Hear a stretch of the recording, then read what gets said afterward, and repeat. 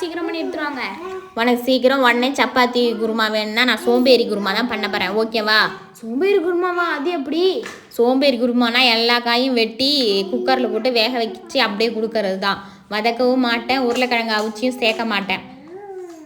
எல்லா காயும் வெட்டிக்கிட்டு நான் என்னென்ன காய் சேர்த்துருக்கேன்னா உருளைக்கிழங்கு, கேரட்டு, பீன்ஸு, வெங்காயம், தக்காளி, பச்சை மிளகா, காரத்துக்கு ஏற்ற மாதிரி பட்டை, லவங்கம் எல்லாத்தையும் போட்டு சேர்த்துட வேண்டியதான். குக்கரில் சேர்த்துட்டு தேவையான அளவு தண்ணி வச்சு விசில் விட்டுக்க வேண்டியதான்.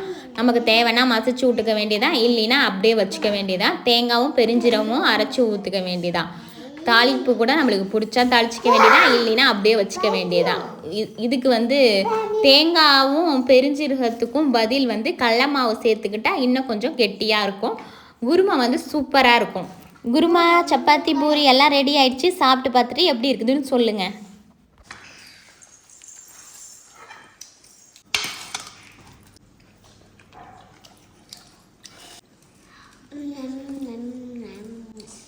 நல்லா இருக்கா? எப்படி இருக்கு?